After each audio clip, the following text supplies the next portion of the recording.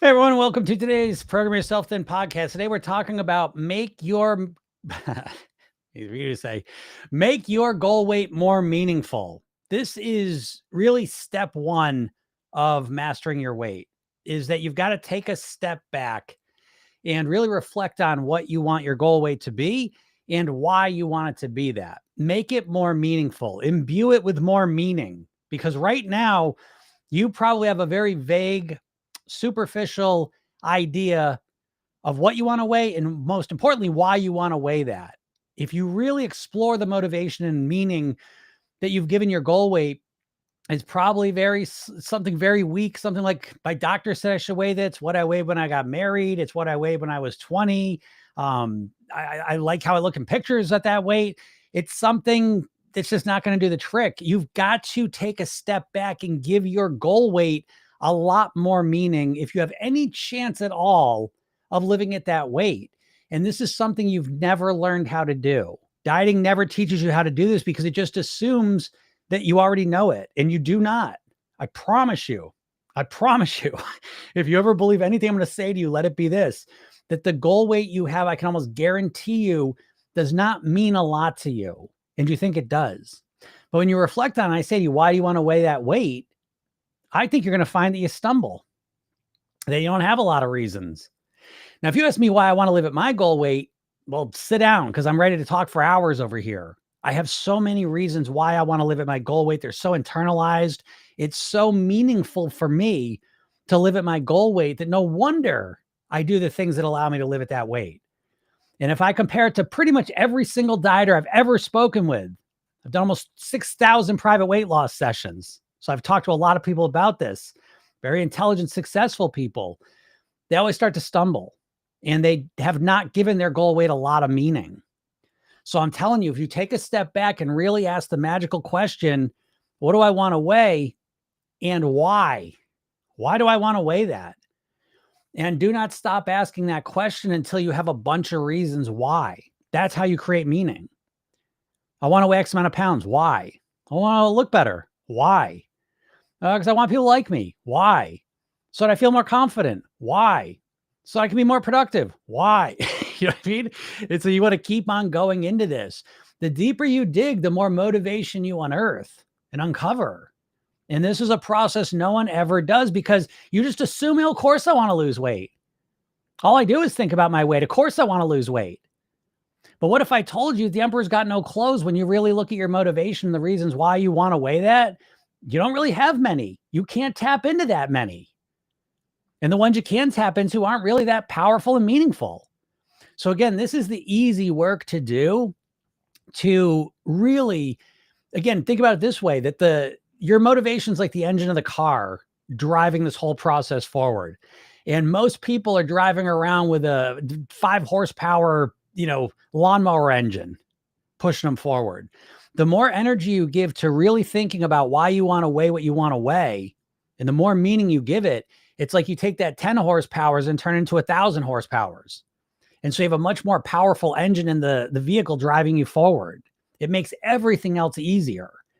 So again, taking some time to think about this is really a leveraged behavior that's going to serve you very well as you move forward with this process. So I hope you take some time doing this. If you want support doing this, click the link in my bio, go get the hypnosis session I give you, watch the video I made for you. And I've been saying this for a little bit, but I promise you I'm going to be doing it. I'm putting together a training how to choose your goal weight.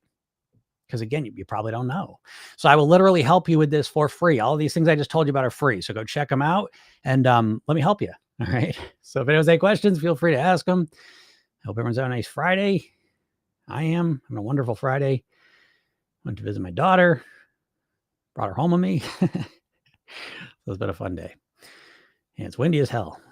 But I kind of like the wind. I'm practicing liking the wind. I don't used to not like it. I don't know. I think when we get older, we'd like the wind less. What's up, Rachel? How's it going over there? So yeah, if anyone has any questions about weight, feel free to ask them because I'm here to answer them. And there's no dumb questions. Yes, there is. There's dumb questions, but I won't judge you. I won't judge you. We got to ask some questions. What's up, Vicky? How's it going? What's up, Katie? How's it going? Just popped on here a little bit late, but better late than never, right? Almost wasn't going to come on today, but thought I'd pop on for a little bit. But so who knows? Maybe I'll have a quick, quiet call. Those are okay too. Yeah, getting ready for the weekend. A lot of work, a lot of stuff going on. Ah, shit, I knew it. I forgot to start the audio. I knew it. Sometimes I like to play this little game, like how quickly can I just start the podcast without checking everything? Well, there I am. Oh, well. I have to get the audio someplace else. But that's not a problem because I get the audio from other places. It's okay. But yeah, if anyone's got questions, feel free to ask them. What are we thinking about today? Oh, well, things get easier. I will tell you, with weight loss, it is a good time to start doing it because, again, we're kind of hitting that period of time where if you're in a state where it's been cold, as it gets warmer, again, the environment has an effect on you. Daylight savings time's happening. So there's gonna be more light in our lives. That's going to help you. So this is a great time. I think this right now, this moment in time, this week, this month, to me is really one of the best times of the year. I mean, they're always great, right? But this one here, you have a lot of kind of the wind at your back here, kind of moving you forward.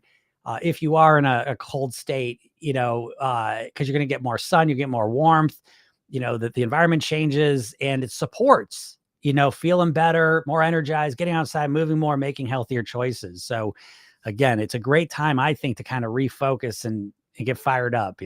I certainly feel it myself. And I say this to you all the time. Again, what I always say for especially for my clients, but even those of you that kind of listen for a while, as you stay at this for a while, eventually your time frame just keeps getting bigger and bigger and bigger. Again, most dieters think in terms of days, weeks, maybe months. But with Program Yourself Thin, we're focused on weight mastery. And we tend to think in months, years, decades, forever. And what happens when you start doing that is your ability to understand patterns, the size of them grows. And so I've been doing this for a long time. And so now I start to notice I got a year pattern, right? And so that's why I say like the holidays come and I kind of go into holiday mode a little bit. And then, the winter comes, I'm kind of lockdown mode. And then the spring starts coming and then I start, kind of rising up. So, sometimes there are times to kind of maintain, and survive. And sometimes they're really set up to thrive. Now, it doesn't guarantee that. I mean, you don't have to, exactly that way, but there start to be patterns, in your environment, your reality, and your behavior. And I think the more you notice those, I think we use that to our advantage. So Natalie says, what if my BMI says I'm underweight, but I'm still not happy with how I look and I want to lose more weight? To me, your goal weight. So again, the program I teach is called Program Yourself Thin. The word thin, I have a very specific definition that thin is the weight, is your goal weight. So whatever your goal weight is. Now, what's your goal weight? Your goal weight to me should be the weight that gives you the best quality of life. Now, to figure that out, we've got to look at the other side of the equation that we never look at with weight, deciding what our goal weight is going to be. Because most people look at their goal weight and they base it on a BMI chart, what their doctor said, someone they know what their weight is, and we just pick a number. We can't just look at the number as the goal because we have to understand that we have to eat and live a certain way in order to achieve that number. And I find most dieters choose a weight that they're not willing to eat and live at. And this is a core incongruency most dieters have, is that they've got a goal they're not willing to achieve. And so they have this nonstop internal battle going on. But so we get to Natalie, who has gotten to, a BMI that says she's underweight and she still feels like it's still not happy with how you look. Now, on one hand, I say to people, you should choose the weight that makes you the happiest. And that's taking everything into account. So I know that there's a belief among certain people that the best weight is the skinniest weight. I do not believe that. Now I say that because at my skinniest weight as an adult, I was miserable. I was actually a raw food vegan, and it's the most stressed, anxious, tense I've been in my adult life. That's not kind of true. I was emotionally a wreck when I was heavier eating bullshit, but I was anxious and stressed when I was this raw food vegan. So all I thought about was food, and I was at my lightest weight, but I wasn't my happiest by any means. So to that point, I don't think the skinniest is the best. I don't believe that. Now I know other people disagree with me. And so if you don't agree with that, this probably is not the place for you, because everything that I'm talking about here is taking your weight and wrap it in personal development. So the weight itself to me is almost arbitrary. What's more important to me is, are you thriving at this weight? And I will tell you that the skinniest is the best weight, I think, is total bullshit. And I've had so many conversations with these people where at their skinniest weight, they're the most miserable. They're still not happy with how they look. And I think that's the trap you have to look out for with that mindset. When you think that just the skinniest is the best, you are almost guaranteed to end up in a place where you're super skinny, super restrictive, super stressed, still not happy with how you look. And what it reveals is that this is not a weight issue for those people. It's a mindset issue, right? You got to change how you're thinking. And so that's not my specialty. I do not work with eating disorders. If it goes that way, I'm not saying you have a Natalie, okay? But I'm saying that if you believe just the skinniest is the best, I don't believe that. I think, because when you're let's take it to the extreme, the skinniest you can possibly be, you're probably also at your weakest, you're most frail, you're most lightheaded, you're most stressed out. Your relationships are in a bad spot with the people that love you because they're worried for you. You're kind of hiding things. You're emotionally a wreck. You still don't feel good. So that cannot be the best quality of life in that situation.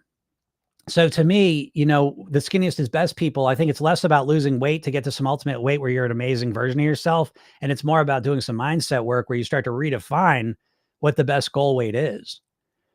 And it's usually by increasing it and starting to realize that,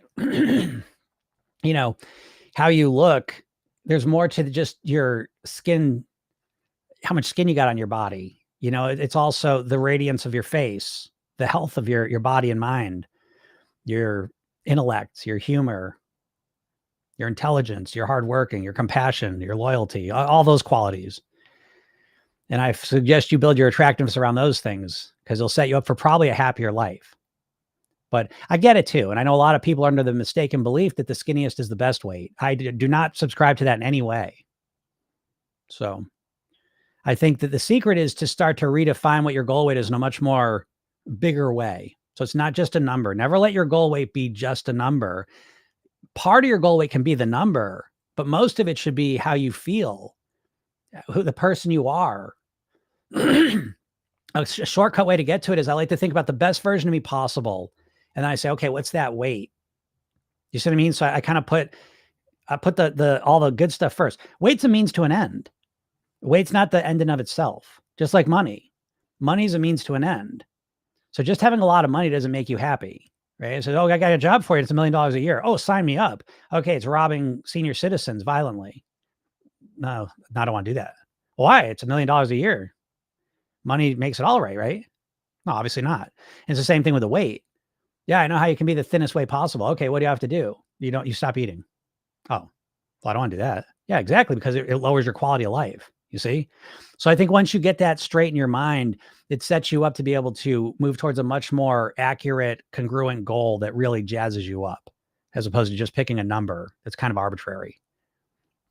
And just to drive the point home finally, in terms of just what the number means to you, intrinsically deep inside of you, a goal weight number means nothing to you.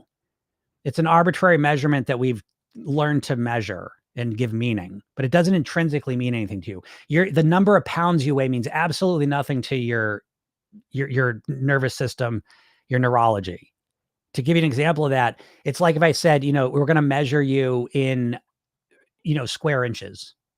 How many square inches are you? Right? You notice how you never think that way. So that doesn't mean anything to you. You see, the weight doesn't mean anything to you either. Being happy, being healthy, being energized, having good relationships, thriving, being clear-headed, being successful, being productive, these things do mean things to you. So they're a lot more powerful thing to motivate and build your goal around than an arbitrary number only. So if that helps. Yeah. Ina says, sugar, can I lose weight with some sugar in my day? Yeah, most likely, unless you really are one of these real sugar addicts, which are real outliers. Most people are not crazy, eat a little bit of sugar, eat tons of sugar. Most people are able to kind of moderate the sugar down and do it in a successful way. Some people can't. Okay. But most people have no idea how to moderate anyways. So most people do the all or nothing, right? Because most dieters, their mindset is built around this all or nothing mindset. And Program Yourself Thin, we do an all or something mindset. So I have seen most of the time people can get much more control over the sugar intake. And again, if you can do that, if you can stay somewhat in control of your sugar, you can absolutely eat sugar and lose weight. Weight loss just comes down to reducing your average calorie consumption. And you can do that while eating sugar. Most people can anyways. Danielle says, "Hey, Jim, not a question, but I noticed how crazy hungry I am when I don't sleep well or enough." Yeah, exactly. Great job noticing that. That's very true. Sleep has an enormous impact on your hunger and your ability to eat the right food. So, yeah, that's why I put sleep as the number one lifestyle habit to get a handle on. It's very difficult to control your eating when you're exhausted and sleeping like shit. There's just numerous reasons too. When you don't sleep well, you wake up tired and your body looks for quick energy to make up for that. And so as soon as you don't sleep well, your body tends to crave unhealthy foods because your body knows that that's quick sources of glucose that give you an energy spike. And on top of that, not getting enough sleep is really like a quadruple whammy. But the big double whammy of it is that when you don't sleep enough, your body gets hungrier for unhealthy foods. So your cravings go up. And when you're exhausted and tired, your prefrontal cortex, where your willpower is at, is depleted. And so the cravings go up and your ability to not give into those cravings goes down. Bad recipe. And on top of that, it affects your blood sugar, your insulin resistance. It affects so much stuff. So great job recognizing that, Danielle. And again, that's why we really want to dedicate ourselves to getting better quality sleep. Teresa says, "Love your art." Thank you. Thank you. Yeah, I love this picture behind me. Danielle says, "Any pointers for how to handle those days if you don't get a chance to rest during the day?" Yeah, great question. So the first step, and you've done it, is having awareness of it. Okay, that's the first piece, because we can't always sleep great. So sometimes there are going to be days when we're tired because we didn't sleep well and we can't take a nap or make up for it. That's going to happen. The first step is awareness. And I use this a lot, and I'm very aware. If I didn't sleep well, I'm almost ready to say, okay, if I'm hungry today, I'm almost prepared for it. And that awareness alone is really helpful. Okay, because now you're saying, when you get kind of a craving or a hunger, a lot of times I'll be able to say, listen, I know it's just because I'm tired. I'm fine. But I'm just a little bit tired as my body's just calling out for something. And so the first thing is awareness and realizing I'm not, I am a little bit hungry, but it's just because I didn't sleep well last night. And sometimes that kind of helps me out quite a bit. The next thing is I realize I'm hungry. So it's like I have strategies in place. So if I'm going to eat more than I normally do, the foods that I'm going to gravitate towards are usually, to be honest, fruit for me. Like if I'm hungrier, the number one thing I'm going to go for is an apple or a banana. I'll eat an extra apple or banana. That's the first level of defense I have. Second level of defense, right along with the first, is more water. I will drink more water. That'll help me get through it as well. But I'm prepared for it. You know what I mean? So again, having the awareness is the key part, because if all of a sudden we get hungry and we're not ready for it, we don't know why we're feeling hungry, we tend to just make a food choice. So I'd want to start to notice your sleeping patterns first of all. Okay. So notice if there's certain days or situations where you tend not to sleep as well, and start to note those. And then in the meantime, start to have some strategies in place. So maybe I will be hungrier, and then I realize it's because I'm sleeping. Let's just ignore it. It'll go away, which does a lot of times. Now I'm going to eat something. Okay. Well, I got things in place, healthier options, you know what I mean? So kind of prepare for it. And then water as well, and then that next night, go to bed earlier. Okay. Get some extra sleep. If you can take a nap, 10, 15-minute power naps. Really, really helpful as well, if you can do them. Jen says, "I've been listening for a while. I up my fiber and I find that's really helping me stay fuller." Great job, Jen. Yeah. Yeah. Yeah, thanks. And Jen says, "I'll add that I thought I was eating plenty before." Yes. Fiber is the number one weight loss secret, in my opinion. I don't like to stick with secrets. There's no secret really, but that is, if there was a secret, that would be the closest one, is that fiber. Fiber is the number one thing that's been stripped from the standard American diet. It doesn't process well. And I think it keeps you feel full. It makes you feel full. So again, all the processed food companies want you to feel hungry all the time because they sell food. So they want you to be as hungry as possible. So they don't want to sell you food that fills you up. So the fiber's been stripped right out of the diet. And that's the main reason you're hungry all the time. Fiber is more important for satiety than protein. And I know you get protein out your fucking ears in this culture. It's constantly protein. And I like protein. I'm not saying don't eat protein. I like protein, but it's way over indexed in the weight loss world. And that's because there's a lot of money made off of protein, off of meat and off of protein bars and powders and bullshit. Okay. They don't make a lot of money off of fresh fruits, vegetables, greens, beans. So you don't hear a lot about fiber. But fiber is the number one thing. If you add that into your diet, you're going to feel a lot more satisfied. Fiber is as close as you're going to get to nature's Ozempic. It does the same thing. It literally creates more GLP-1 hormone in your body. So you feel fuller. So thanks for recommending that, Jen. And thanks for reminding us. Yes, eat more fiber in the form of fruits, vegetables, greens, beans, and you almost guaranteed your hunger will go down and you will lose weight because of that. So.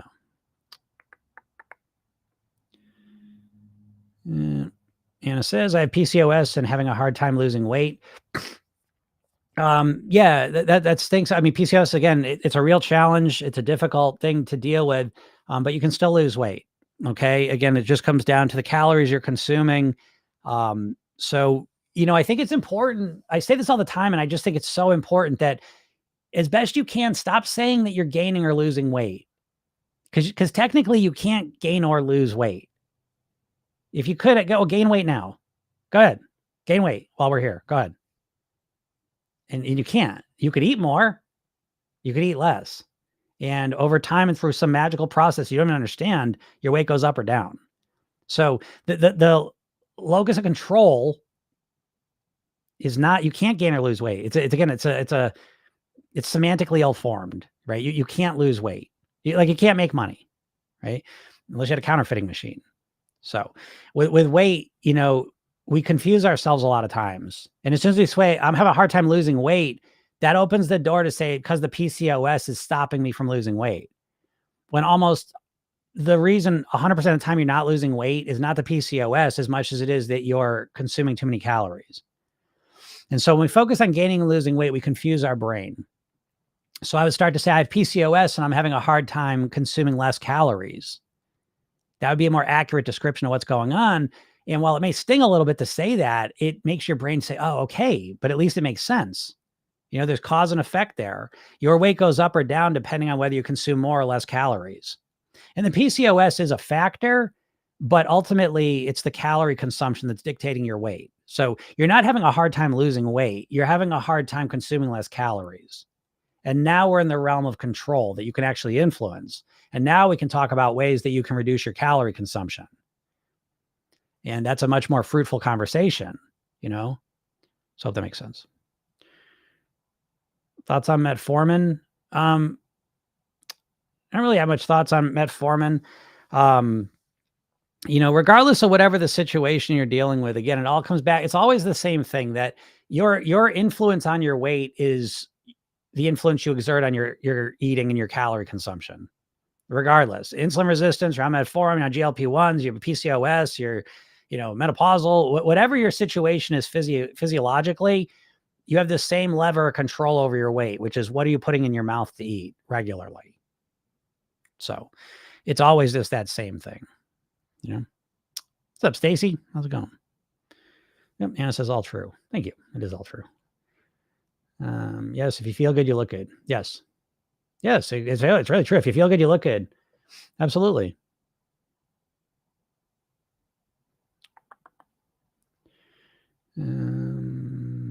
Yeah, especially if you've replaced fat for muscle. Yes, absolutely. He says, thanks, you're welcome. Psycho says, really, eggs is beneficial for the health? Really, eggs is beneficial for the health? Oh, real eggs is beneficial for the health, maybe? Sure.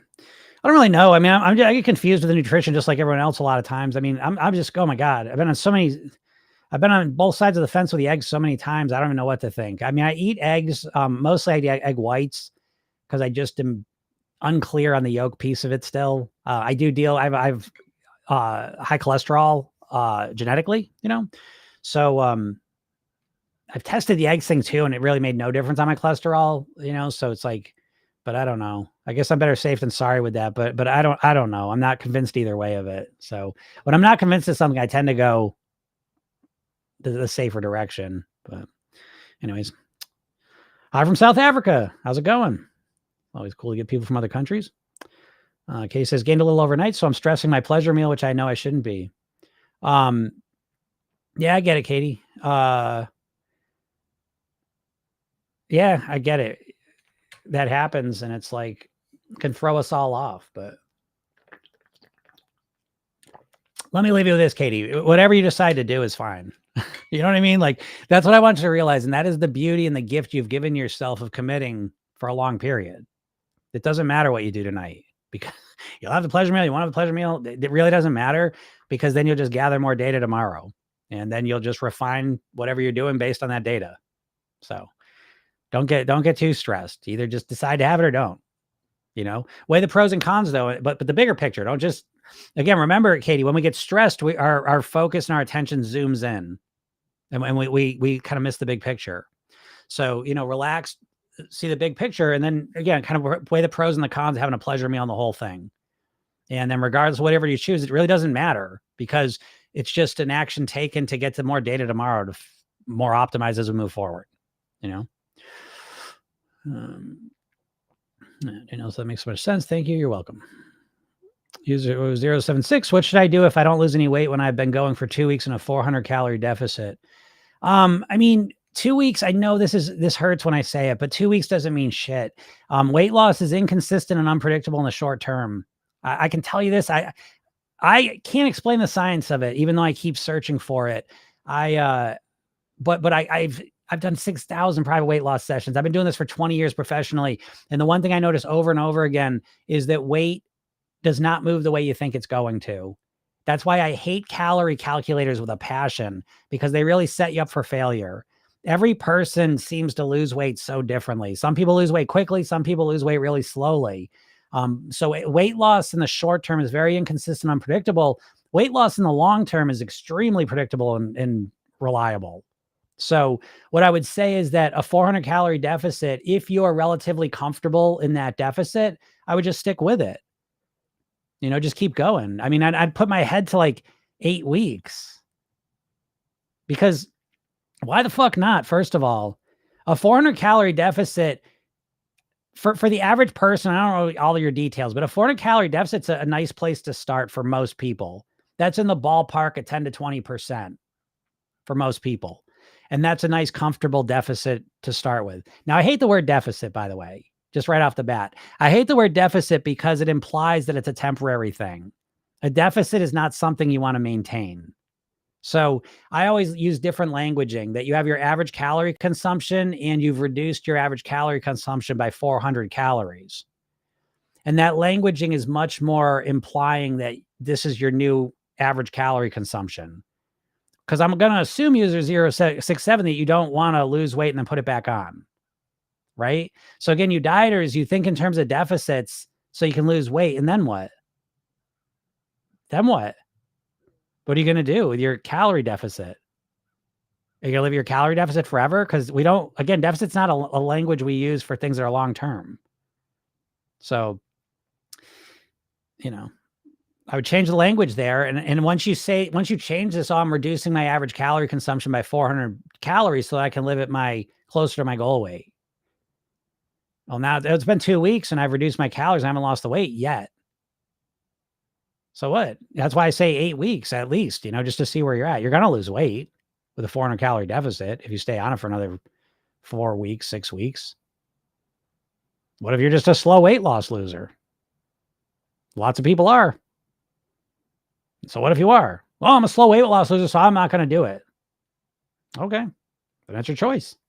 But again, that's the hardest part with dieters. You dieter mindsets, you've been conditioned to have such a short-term mindset. And that's really what causes most of your problems. I mean, it's all your mindset, but the specificity of having this very short-term mindset. Because 2 weeks, it felt like a long time. What happened? I should lose weight by now. But you're thinking short-term, I'd be thinking where you want to be next year at this time. So, hope that helps. What's up, Julie? Julie says, I've been eating fresh fruit with non-fat Greek yogurt in the morning. Game changer. Nice job, Julie. Yeah, it's all about strategies. Super job. Yeah, it's probably satisfying. Feels good. Smoothie protein powder for breakfast. Yeah. I'm not a huge fan of protein powders, but, take them or leave them. Again, it's better than a lot of other breakfasts you could have. But I always say, again, we're always optimizing. So I want to understand everything's in a spectrum. But I'm always moving towards the cleaner, wholer, more natural foods I can eat, the better. And I mean better, and like it helps me manage my weight better, easier, more enjoyably. That's a good point. Oops, shit. He says consumption is the bottom line with weight going up or down. Yeah, exactly. Yeah. And it's nice knowing that. Oh, what's up, Mario? How's it going? Mario says, hey, Jim, been trying to eat healthier. Is cottage cheese a good option? Yeah, cottage cheese, I think, is a fine option. You know, I'm pretty much like, I'm not a big dairy person, so I don't love dairy, but I know a lot of people love yogurt and that works for them. And I think that's a nice option. Cottage cheese seems to be another one of those. So I'm not a huge fan of dairy, but the two dairies I've seen people do very well with is yogurt and cottage cheese. So I think that yeah, I would say I give that the thumbs up. And it said someone suggested hypnosis to reset my nervous system for my health issues. Thoughts? Oh yeah, for sure. Yeah, hypnosis is amazing for that.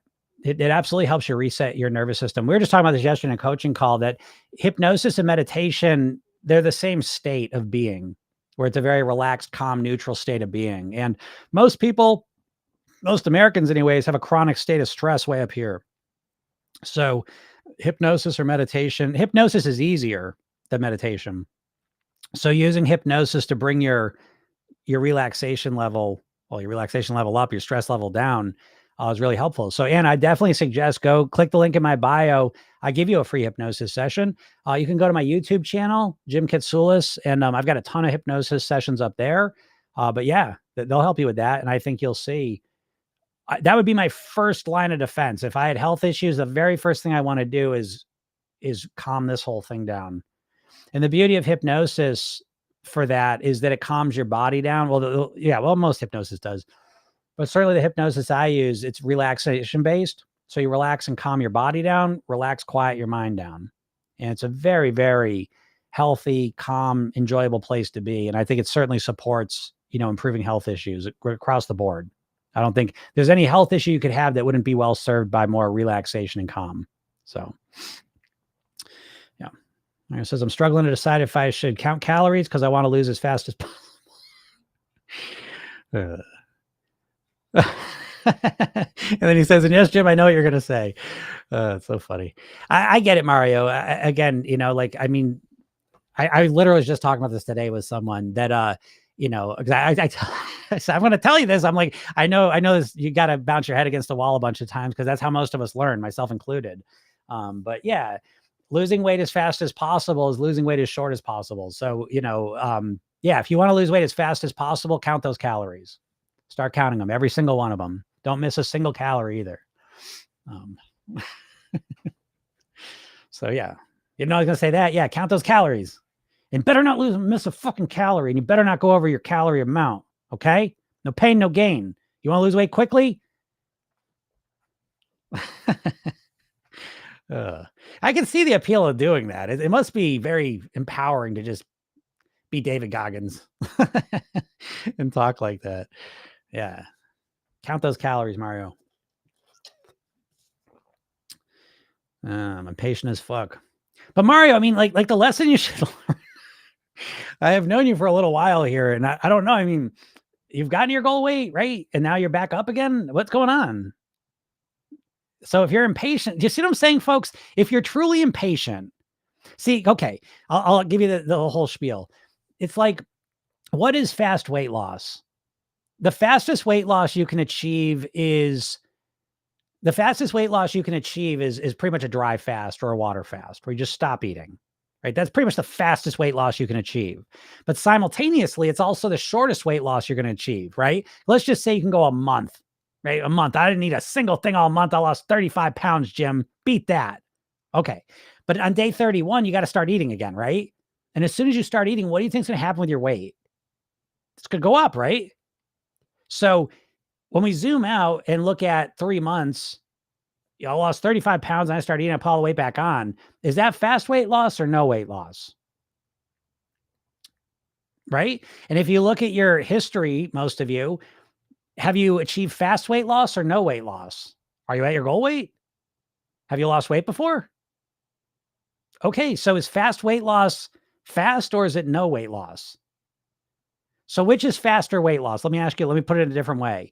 If you lose 20 pounds over 3 months and then put it all back on versus you lose 5 pounds a month for a year and you never put it back on. Which one's fast and which one's slow? Because Mario, if I'm not mistaken, you're at your goal weight at one point, and now you put the weight back on, and so now I want to get it back off, and now I want to put back on, now I want to get back off, now I want to put back on, now I want to put back on, but I'm impatient as fuck. I'm gonna count my calories. Okay, count every calorie. I don't know, but again, at some point, you get off the fucking merry-go-round for a second, and you take a look at it, and you start to notice the pattern, or I do, anyways. Stacy says, "Oh, I'm a smoothie with protein powder for breakfast, but I'm still hungry with the smoothie." Yeah, I would imagine. Smoothies are better than a lot of things, but they're not the greatest for satiety. Protein powders are not great for satiety. Again, I would rather eat my food in its most natural state. So it's like if you took your smoothie and ate it instead of drinking it right off the bat, it's going to help your satiety. Your brain doesn't process liquid calories very well. So that's where a smoothie is not serving its full function, because there are no liquid calories in the real world. You don't, other than breast milk, okay? But there's no liquid calories in the real world. So your body does not process liquid calories like it does chewy calories. So a smoothie, you really are missing out on a lot of the satiety factor of what you're putting in that smoothie. And protein powder doesn't help with satiety as far as I can tell. The protein myth, that's what that shit should be called.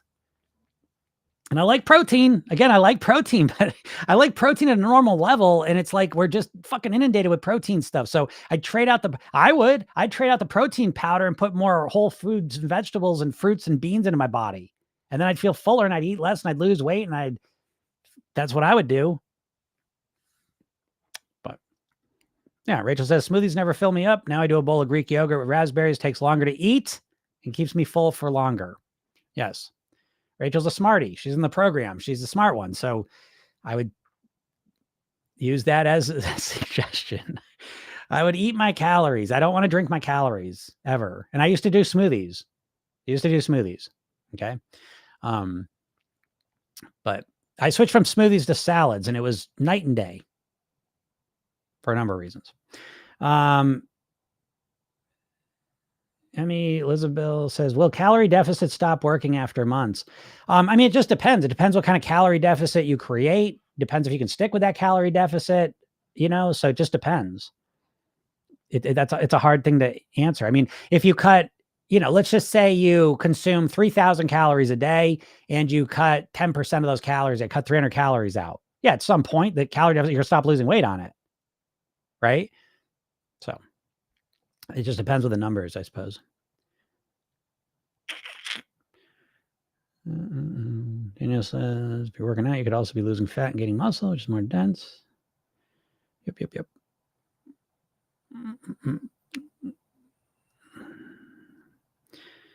Yeah, Anna says, yeah, I have a hard time shutting my brain, so that makes sense. Yeah, I just followed you. Very good. Yeah. But make sure you go to my bio, click the link in my bio and get the hypnosis session. That's where the good stuff is.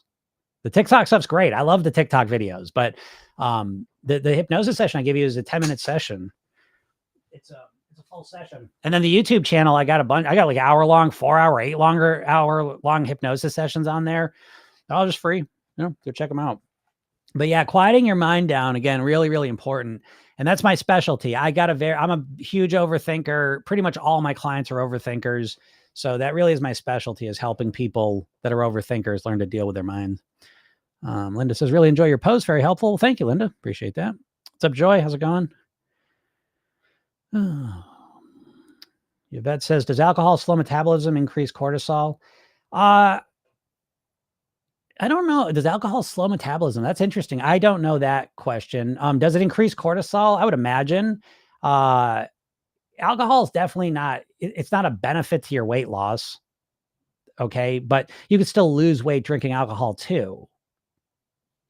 So I'm coming around on the other side of alcohol. The more I learn about it and study it, it's just like the food stuff. It's taken me a lot longer, but we've just been bullshitted.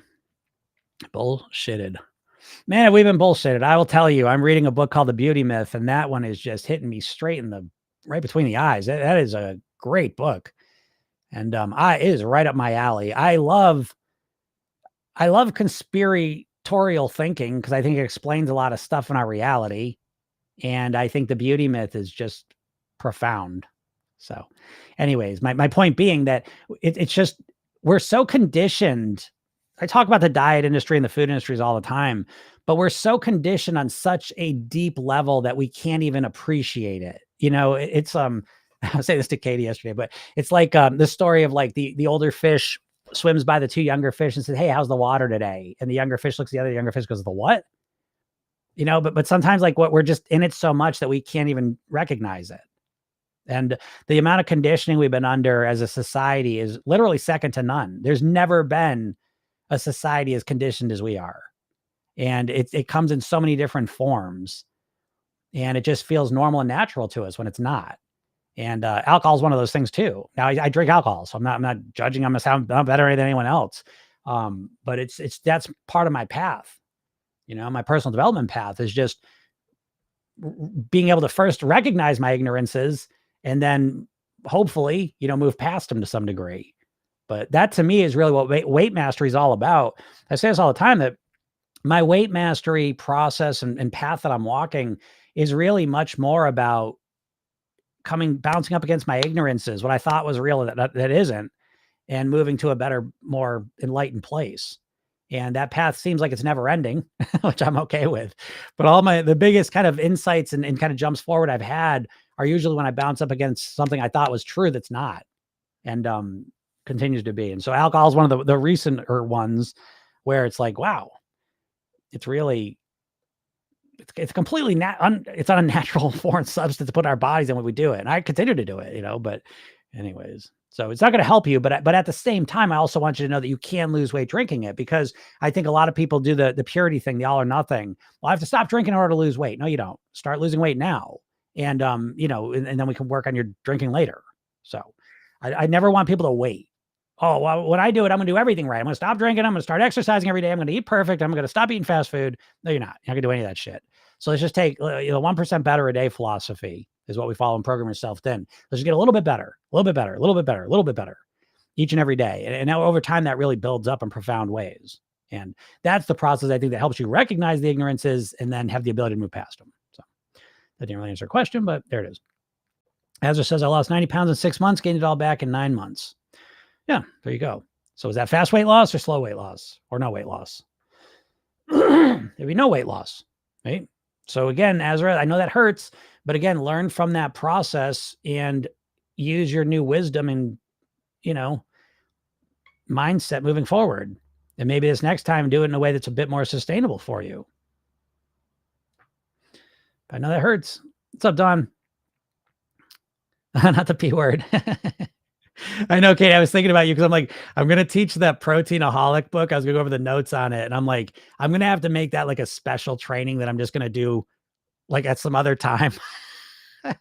I like, if someone doesn't want to go to it, don't put a trigger warning on it. But I don't think I'll do that for the Monday classes. It'll just be there if you want to listen to it. It says, I agree with you. We've been programmed as a whole. That's for sure. Yes, absolutely. We've been absolutely programmed. There's tons of money being made off of us. People being overweight. It's like they make tons and tons of money off of you. They make money off all of us. But when you're overweight, they're making tons of money off you because there's the money you pay for food. There's the money you pay for diets. There's the money you pay for weight loss. You know what I mean? And then there's the money you pay for medicine, to deal with it all. So it's, there's a lot of money being made off of people over consuming. Jesus, excuse me. Yvette says, I retired recently and gained weight. Now I'm happy with the way I look and feel working on it. Yeah. Well, congrats on retiring. And yeah, that sucks about the weight. That's not unnatural and normal. All of a sudden you have all this free time. And if you don't fill it up with something intentional to kind of keep you up and excited and interested, then you tend to gravitate towards the food. That's how it is in our society. But Yvette, again, I would strongly recommend you go to my bio, get the hypnosis session, watch the video. Because you're in a tough spot. Anytime there's a big shift in our lives, retirement's right at the top of that list, because now you just have so much open time. And if you don't know how to fill that time up intentionally, usually the food fills up the place, fills up the space there. Curveball says, do you have a Goodreads? You pick a lot of good books. No, what's a Goodreads? if it is what I think it may be, that is something I have. Meet your favorite next book. Look at that. Oh, that's cool. Yeah, I should do that. I usually read about a book a week. So yeah, I've got hundreds of notes for books. I read books I read books in a very, very intentional way. I almost say I don't read books. I study books, I would say, and it's like when I read a book, I have a method. I'll read the book. I always read with a notebook next to me and I'll write down whatever kind of resonates with me. And I like word for word, I'll just copy sentences that really impact me. And so I'll write those down. And then once I'm done with the book, I'll take those handwritten notes and I'll put them into my digital brain. So I have, I have hundreds of books now where I have all the notes from them. So I can go back and kind of get them. But yeah, I should do that because I do read a lot of books and, it's about half and half. I feel like half of them, although they're pretty good, because the way I find more books, primarily the main way I find books is from books I'm reading, and they'll reference some other book, and that's kind of my main way. But yeah, I that would be a great thing. So that's cool. Yeah, thanks for letting me know about that. I will look into that because that'd be cool. So Gina B says we are cash cows to the diet industry. Yeah, absolutely. Cash cows to the diet industry, the food industry, the medical industry. Yes. And probably other industries I just can't think about, but absolutely being overweight, over consuming food, you're a cash cow to the food industry, the diet industry, and the medical industry. You're the primary driver of those three industries. And those are three huge ass industries. Soda industry, if you don't count that part of the food industry. So yeah. So yeah, it's an app where you can save all the books you read and want to read. Yeah. Okay. Yeah. I should check that out. Okay. I'm not triggered by you. Yeah. I know that, Kate. We guys. And little thing there. What book are you currently reading? The book I just started reading is The Beauty Myth, which is profound book. I love that stuff. I'd say it's a little political. So I can't say, I don't know where you stand with all that. But if you're a feminist at all, I would suggest this is a book you would have to read. It's in that lineage, I would say. And it's very interesting because it was written in 1991. So I don't know if Naomi Wolf wrote it. I don't know if she's written an updated version since then. It's depressing thinking she wrote, geez, she just must be on antidepressant. Having written this book in 91 and then to see where we are 30 years later, must be very hard for her.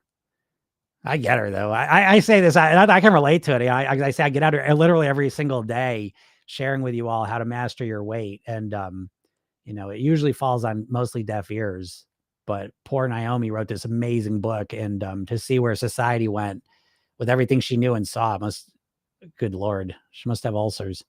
But anyways, it's amazing. It's a great book. And a book I just read, what did I just finish that was really good? Living Untethered, amazing book. Shout out to Katie. So that's an amazing book. Super great. So yeah, I should, because I read really good books, I will say. I love nonfiction, although I am reading a fiction book too, and I'm almost done with that one. Octavia Butler, who was recommended to me, and it's an amazing book, really amazing.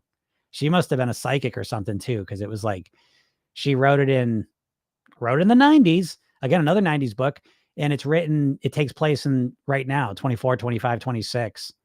And in that book, in 1991, she wrote this. There was a candidate running for president whose slogan was "Make America Great Again."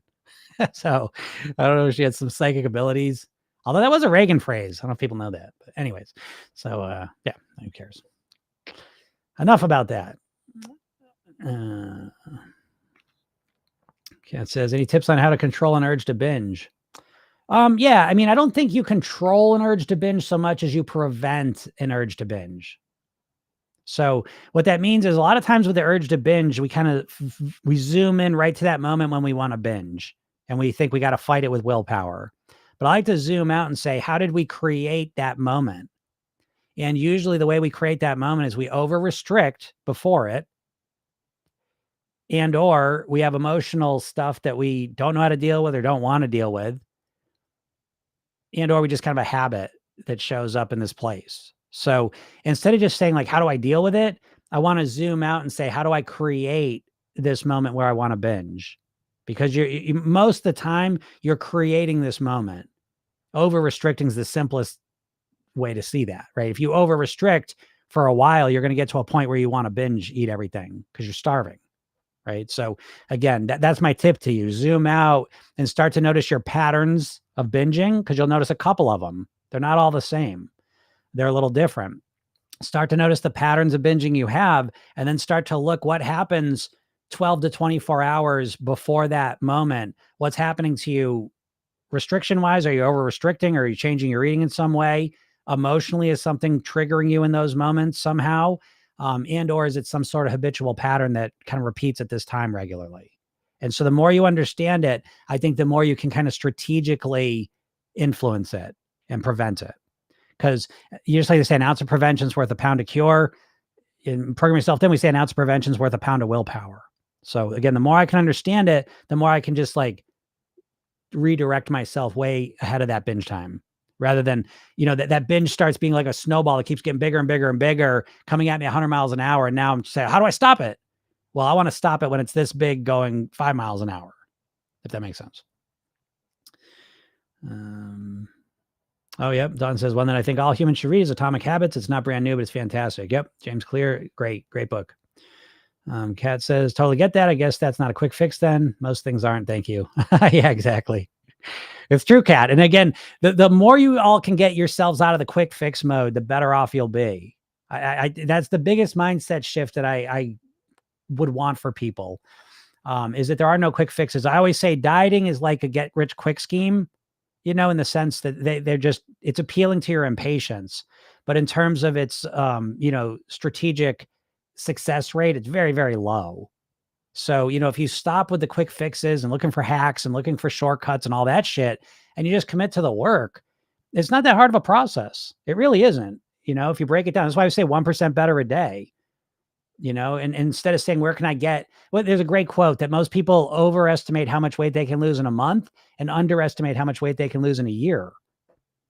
And so if you start thinking longer term, you make it easier and you set yourself up for way better results. All right.